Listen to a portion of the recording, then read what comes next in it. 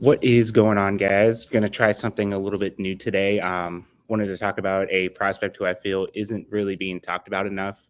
He saw the biggest jump in Baseball America's updated prospects, and that is the second round pick from 2018, Braxton Ashcraft. Big, tall, right-handed pitcher. He's off to a really good year in his first year back from Tommy John surgery. Um, Pitched yesterday, only pitched one inning, which was a little concerning at first, but considering the fact that this is him on 4 days rest, shouldn't be too surprising that it was a little bit of a shorter outing. I think they're trying to maybe save him to stretch him out a little bit further in the second half of the season.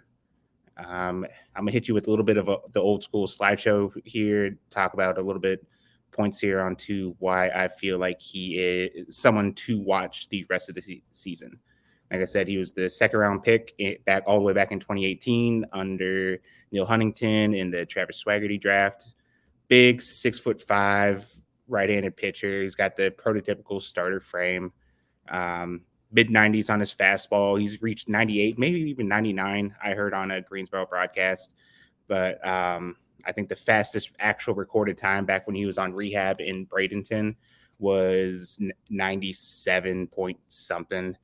The fastball I would definitely say is a plus pitch right now. The slider probably is as well. Big breaking curveball that he throws as well. That's a very solid pitch. And with some of his numbers here, you can see a lot to like. Very good strikeout rate. His start yesterday dipped him underneath the 30% K rate. But as you can see, really elite control showed so far with a 4.4 walk rate. The xFIP is pretty strong, is really strong, is one of the best in the system. The swing and strike rate is good. It's been, like I said before, he's been on a very tight innings restriction since coming back from Tommy John. Hasn't pitched since 2021.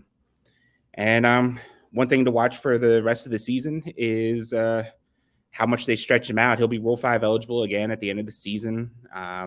If the Pirates still view him as a starter, he's someone who you're definitely going to want to add to the 40-man roster to protect. I guess you can always, if you view him long-term as just a reliever, we've seen a lot of relievers left unprotected and them not getting picked up anyways. I think even if he does become a reliever, that there's a lot of upside there.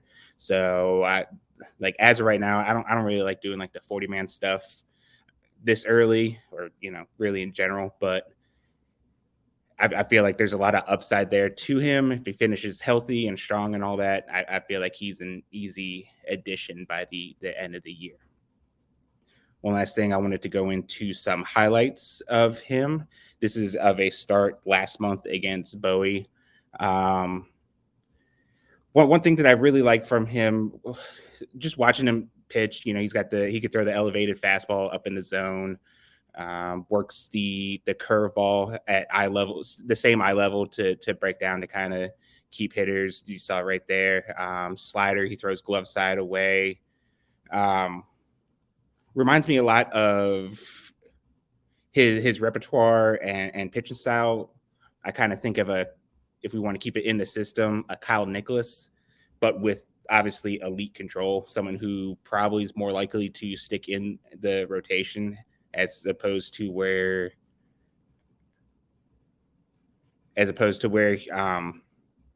Nicholas is probably trending to be a reliever at this point.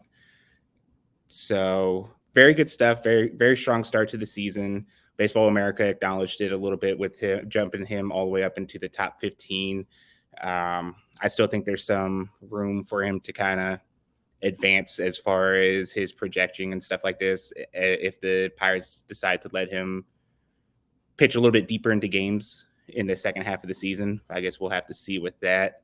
And so that's my little mini breakdown of Braxton Ashcraft. If you guys like this and you guys want to see more on some other prospects, let me know. Comment, like, subscribe, all that kind of stuff, and we'll look into doing more.